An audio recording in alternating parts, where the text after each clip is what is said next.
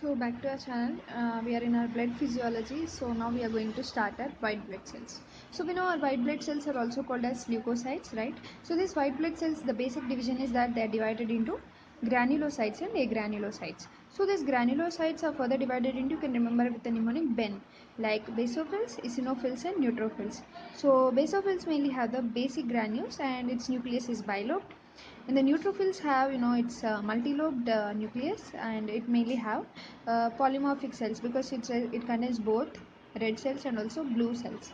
And eosinophilic is bilobed and mainly acidic because it has the red granules. So these are the granulocytes. Now agranulocytes are, these are the monocytes and lymphocytes. Monocytes have kidney shaped nucleus and lymphocytes have a large nucleus and little cytoplasm. So this is about the basic division of granulocytes and agranulocytes. Now let us see the total leukocyte count. That is nothing but the total amount of white blood cells present. So in 1 ml of blood, how many number of WBC are present? That is about 4000 to 11,000 ml. So remember that in 1 ml of blood, then total number of WBC may vary about 4000 to 11,000. So if the WBC is lesser than 4000, then we call it as leukopenia. And when WBC is higher than 11,000, when we call it leukocytosis. So by the names you can understand, penia means somewhat low, cytosis means more amount of cells, leukocytosis. That's it. Now let us see the differential leukocytic count. So this differential leukocytic count is nothing but the neutrophil percent of a normal person. So mainly this differential leukocyte count focuses on the neutrophil. So neutrophil should be about 40 to 75%. So neutrophil, why this differential leukocyte count is mainly targeting on neutrophil? Because neutrophil is the most abundant RBC when compared with the basophils, eosinophils, mono and lymphocytes. So that's why we're having our main concern on neutrophil, that is the differential leukocyte count. So if the neutrophils are less than 40%, we call this as neutropenia, and the neutrophils are higher than 75%, then we call it as neutrophilia. So there before we said leukocytosis, but here we'll say neutrophilia. So this neutrophilia is mainly seen in acute inflammation, and also mainly it is caused by pus producing infection. So during the pus producing infections and pyogenic infections, we can see more the amount of neutrophilia, and also in the acute inflammation side we can see the neutrophilia, that is more of the neutrophils are present in acute inflammation and also in the pyogenic infections. Now we'll move on to eosinophils. Eosinophils are like about 1 to 6%. You can see they are very least.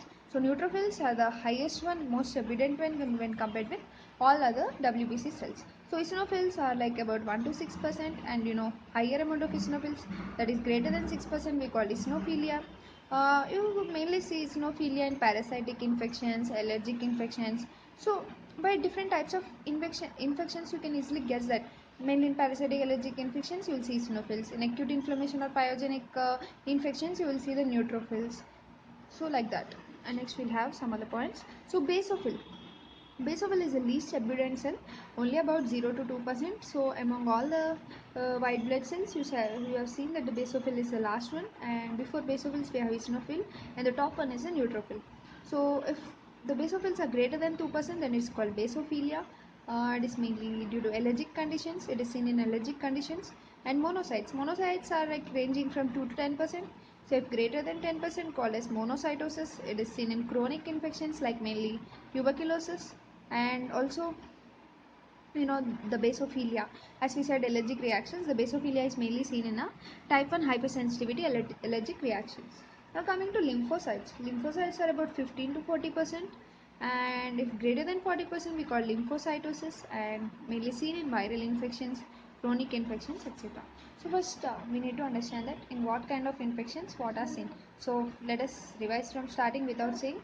So neutrophils are more in pus forming infections, and parasitic infections, eosinophils are more, and in allergic infections basophils are more, and in chronic infections like TB, all those things, monocytes are more, and in chronic infections and viral infections mainly lymphocytes are more. So like this we need to remember what kind of infection, what kind of cell is having more amount in that.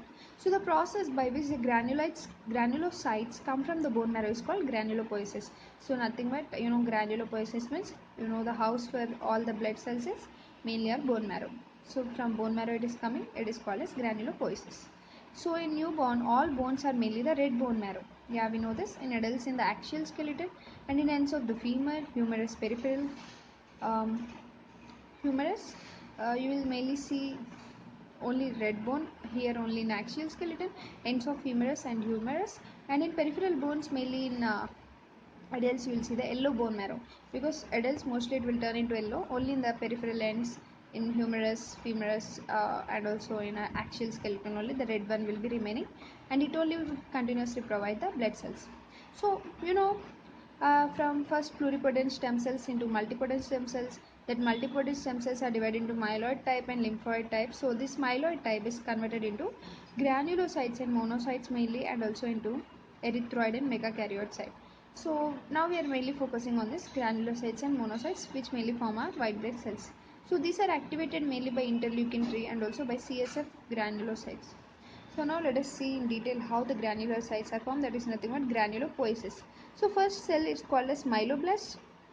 Myeloblast is nothing but, in the name you can understand, myeloblast. Blast means always rapidly multiplying cells, and here also the euchromatin is loose nucleus. So if you have seen our RBC production, you will understand it was like somewhat similar to this.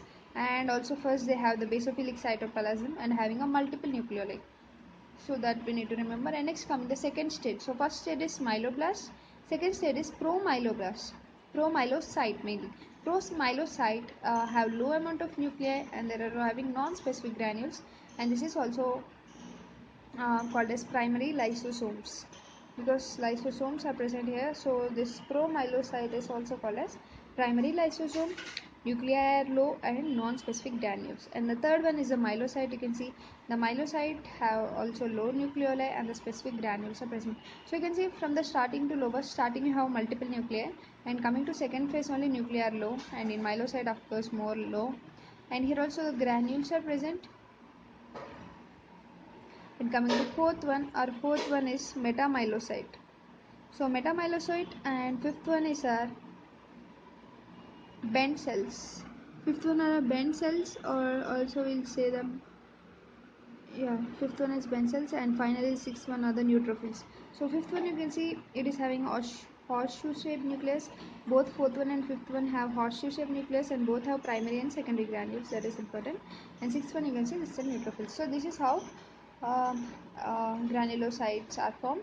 So there are non-specific granules of promyelocyte, also known as primary granules, also known as acidophilic granules, or also called as lysosomes. So you can see there are three different names for the promyelocyte granules, and these are having mainly enzyme acidic hydrolysis.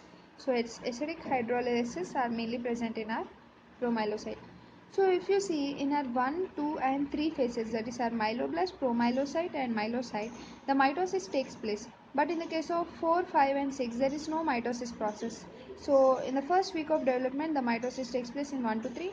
But in the next, exactly at the first week, the 4, 5, 6, there is no mitosis process going on in this 4, 5 and 6 phases. Now let us move on to some yeah, that's it. And now let us move on to neutrophils. So neutrophils mainly circulate for few minutes, and they are called as circulatory pool, and others which are loosely attached. So remember that neutrophils only circulate for few minutes and they are called as circulatory pool, and others which are loosely attached to the endothelium are called as marginatory pool. So even in the margin they are present loosely attached, they are called marginatory pool, and which are moving in the circulation they are called as circulatory pool, and the neutrophils in the bone marrow are called bone marrow pool. So whatever, wherever they are present, they are getting that name. If they are present in circulation of blood, circulatory pool. If they are present in the circulation only but in the margins, then margination pool. And if they are present in the bone marrow pool, like that. So during acute inflammation, both bone marrow and marginatory pool enters the circulation. So mainly during the acute inflammation, neutrophils are also called as cells of acute inflammation, where from the bone marrow and also from the marginatory pool. Now the cells of the neutrophils enter the circulation. So neutrophils are very much increased in the circulation during the acute inflammation. So this is a very important point. We'll see these details in our pathology. So neutrophils reach the tissues and die within only 1 to 2 days by apoptosis. So they also reach the GIT and reach the fecal matter. So if it is a larger amount, they may also, as they died, they reach the GIT and also they finally reach the fecal matter and come out of our body. So this is how neutrophils. So remember, neutrophils are main cells of acute inflammation. Now we'll see some details of neutrophils and action of neutrophils. So neutrophils are most abundant among WBC cells and they are most motile and they reach the site of inflammation fast. As you know, in acute inflammation, why the neutrophils are more? Because they are more motile, so they can easily reach the inflammation site by process of chemoattraction, right? So they are called as acute inflammation cells and they are 12 microns in size. They are having multilobated nucleus. So for example, this is neutrophil like this. They have multilobated nucleus. Neutral, as the name indicates, it's neutral, means it has both red and blue granules. And the primary granules are acid hydrolases and they also have defensin which work like a immunoglobulins. And myeloxyperoxidase enzyme is present in it. It is mainly toxic to the bacteria and also other microbes, so that it is having a protective function against the bacteria. And this primary granule, as we discussed, it has mainly four names, that is non-specific granule, eosinophilic granules or primary lysosomes, which mainly appear in our promyelocyte stage of granulopoiesis. So mainly secondary granules appear in a myelocyte stage, not in promyelocyte. In promyelocyte, we have primary granule. In in myelocyte stage, we have secondary granules, and they have lysozymes. So the before one, the primary granule have lysosomes, and the secondary granule have lysozyme. This lysozyme break the bacterial cell wall, and also they have some lactoferrin, alkaline phosphatase. So all these are present in secondary granules, and they also have bacteriostatic and bactericidal products. Bacteriostatic means they're not movable but they kill the bacteria, but bactericidal is they just go and kill the products of bacteria. So we also have terrestrial granules. The terrestrial granules mainly contain the collagenous hyaluronidases, and this enzyme mainly break the connective tissue to pass to the tissue. So terrestrial granules are having collagenase hyaluronidases. And in the membrane of neutrophil there are membrane oxidases. So in the membrane of neutrophil also there in the membrane, so membrane oxidases. And you know MPO is mainly present in the primary granules. MPO is that what we have discussed, myeloperoxidase in them. And in the membrane of neutrophil, there are membrane oxidases and MPO in primary granules, which convert oxygen into oxygen charge negative hydrogen peroxide, HOCl, OH. HOCl is myeloperoxidases. So you can see this is also called as respiratory burst reaction, by which the bacteria or microbacteria gets died, and this is a toxic molecule. This HOCl is a myeloperoxidases and which is very toxic molecule to the bacteria. Now let us see the action of neutrophils, how they work on. So what is their importance? So when any pyogenic infection, that is pus forming infection or any other microbiotic infection which affects the cells, the neutrophils from the circulation reach the affected site and primarily destroy both the bacteria and also inflammatory cells. So the arterioles get dilated and the blood flow is increased. So the injured area becomes red, because why it is red? Because of dilatation of blood vessels. So many products are released by inflamed cells. Endothelial cells shrink. So as endothelial cells are shrink, they produce the interendothelial gaps and protein-rich fluid enters the affected area, that is called as exudate, and undergoes swelling. So what is going on? Products are released from the inflamed cell, endothelial cells are getting shrinked and produce interendothelial gaps, and the protein-rich fluid enters the affected area and undergoes swelling. So as the interendothelial gaps are formed, protein-rich fluid just comes, that is exudate. So it becomes swelling. So now the inflamed area has become red due to dilatation of blood vessels, and it is swelling because of the exudate. And endothelial cells form the adhere molecules with the help of histamine. They give this adhere to neutrophils or any other WBC passing through them. So in a circulatory tube, for example, how to understand this? So for example, this is a blood vessel. These are the endothelial cells, and this is a interstitial fluid or extracellular fluid outside. So here you can see whenever a neutrophil is passing like this in a blood, it just gets adhered to it during inflammation process, because already it is red here due to vasodilation, and you can see here interendothelial gaps. So the fluid from here enters inside and make it swelling, and again this neutrophils by means of adhesion molecules they also stick here. Now let us see the next one. And they express the selectin and sialylated sugar molecules. So because of this selectin and sialylated sugar molecules, they are very much attached now to the endothelial cell, that is neutrophils.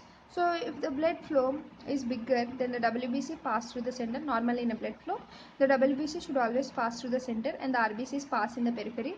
And more periphery to the RBCs, the platelets move followed by the plasma. So this is how normally the blood flow takes place, how different cells move in the blood flow.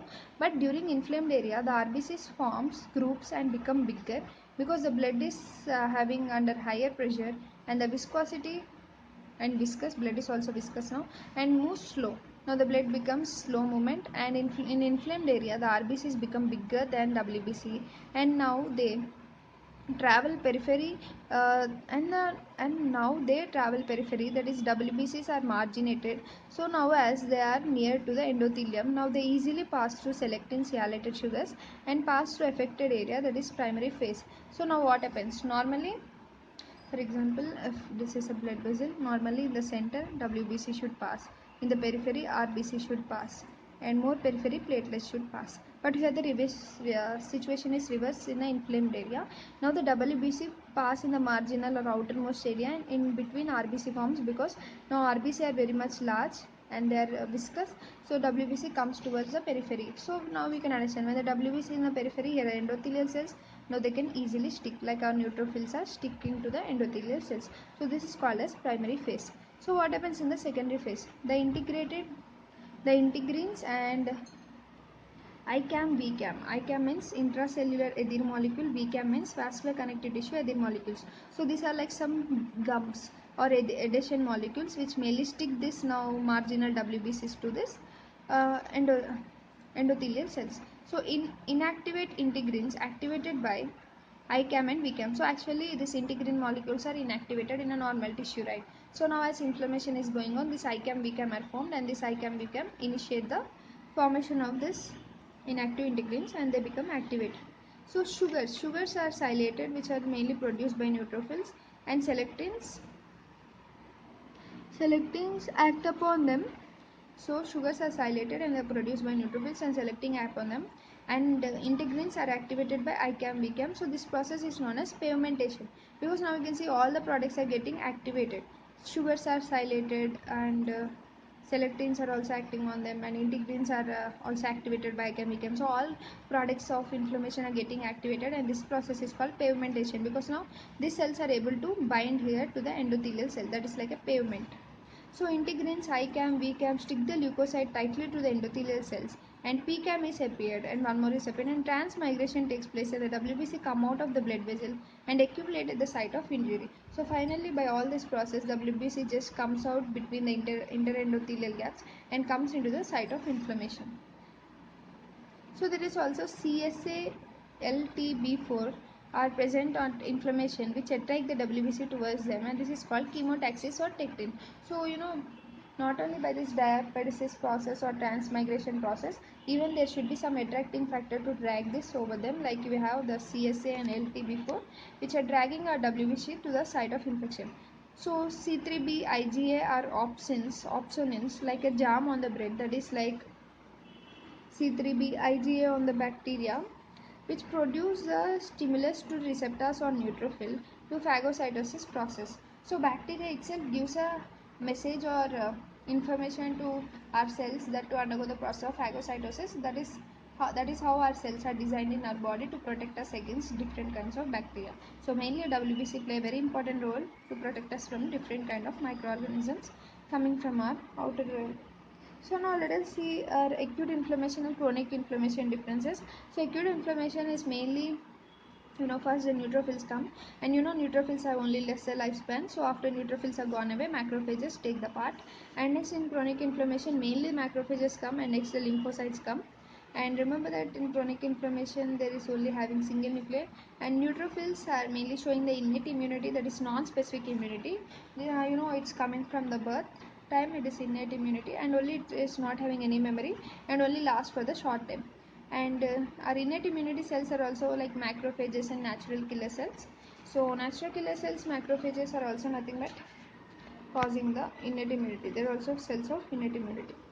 Now let us see eosinophils. Eosinophils, they have red granules, they have specks like nucleus, right?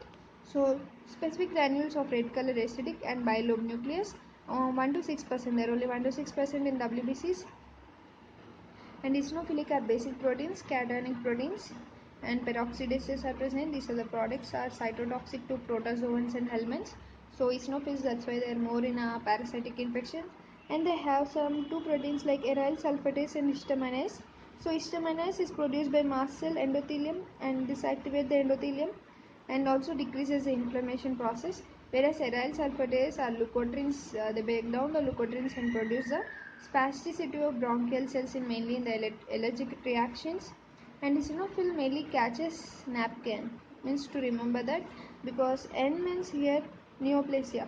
So in neoplastic conditions eosinophils are increased. A means allergy, mainly in type 1 hypersensitivity eosinophils are increased, and one more A is asthma. During asthma also they are increased.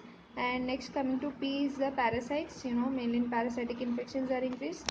And one more says collagen vascular disease, that is autoimmune disease, here also they are increased. And again in A and N are allergy and neoplasia, so repeat to remember that.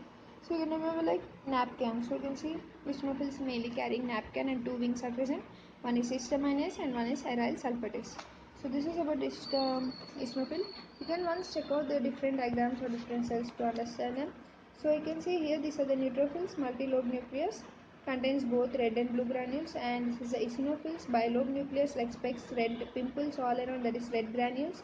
Basophils, S-shaped or you can say somewhat bilobe nucleus with blue granules. Monocytes, you can see kidney shaped nucleus, and lymphocytes a very big nucleus. And plasma B cells, mainly B cells of plasma mainly have cartwheel shaped nucleus. So these are some of the important characteristics to differentiate different types of WBC cells. So we are coming to the last part, basophils. So basophils, basic blue dyes are present, granules are present, receptors mainly having a receptors for IgE. You can see here IgE, type 1 hypersensitivity reaction, and basophil granules are mainly releasing the heparin and heparin sulfate molecules and histamine, leukotrienes, all this. And these are rarely found, only up to 0 to 2% in our blood WBC, and 2% if there is increase greater than 2%, then it is called basophilia. And they're having the stippled cytoplasm tail, that is multiple dots. They are stippled, means you can see it's multiple dotted one cytoplasm. So this multiple dotted cytoplasm is mainly seen in tail. You can remember like tail, because this is a mnemonic. T means thalassemia. So in thalassemia we have stippled cytoplasm. A means anemia of chronic diseases. I means iron deficiency anemia. L means lead poisoning. In case of lead poisoning, some like paints, some lead pencils, all this cause lead poisoning. So all this tail, you can remember like tail, stippled tail. So whenever we have this stippled tail means stippled cytoplasm in all these conditions. Now let us to move on to monocytes. So monocytes are also mainly produced in bone marrow, that is 2 to 10% present in WBCs, and if it is greater than 10% it is called monocytosis. And they also have non-specific granules, and they survive only for 2 to 3 days in the circulation. But in tissues like macrophages, they survive for years. And they are permanent residents in central nervous system. Macrophages are permanent residents in central nervous system as microglia, macrophages in liver as Kupffer cells, in lymph node or spleen as histiocytes. We know all about this monocyte. When it enters the blood, it converts into macrophage and it goes to different tissues and gets its own name over there. So in dermis mainly we have Langerhans cells as our monocytes, and in kidneys as mesangial cells, all these are also macrophages. And in bone as osteoclast cells. In tissues, whenever there is inflammation, they are called as macrophages, involved mainly in phagocytosis process. And also antigen presenting cells are also macrophages.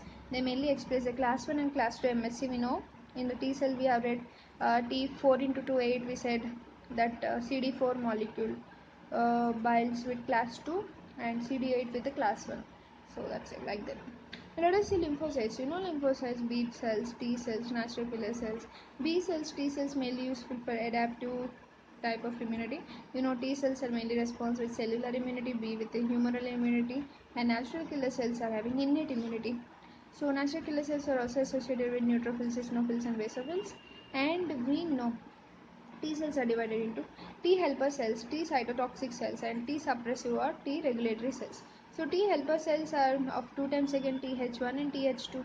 Th2 are always related with the production of antibodies or humoral immunity, and Th1 is always associated with cytotoxic immunity. Th1, macrophages are activated, and human necrosis factors, gamma factors, all those are activated, and Th2 cytokines B are converting into plasma cells by help of interleukin 4 and interleukin 5. So this all we already discussed in detail. So this regulatory cells in turn regulate this both T cytotoxic and T helper cells. So this is all about, like, we'll see next platelets. So this is all about like complete overview or complete understanding concepts of white blood cells. So if you like our videos, don't forget to like, share and subscribe.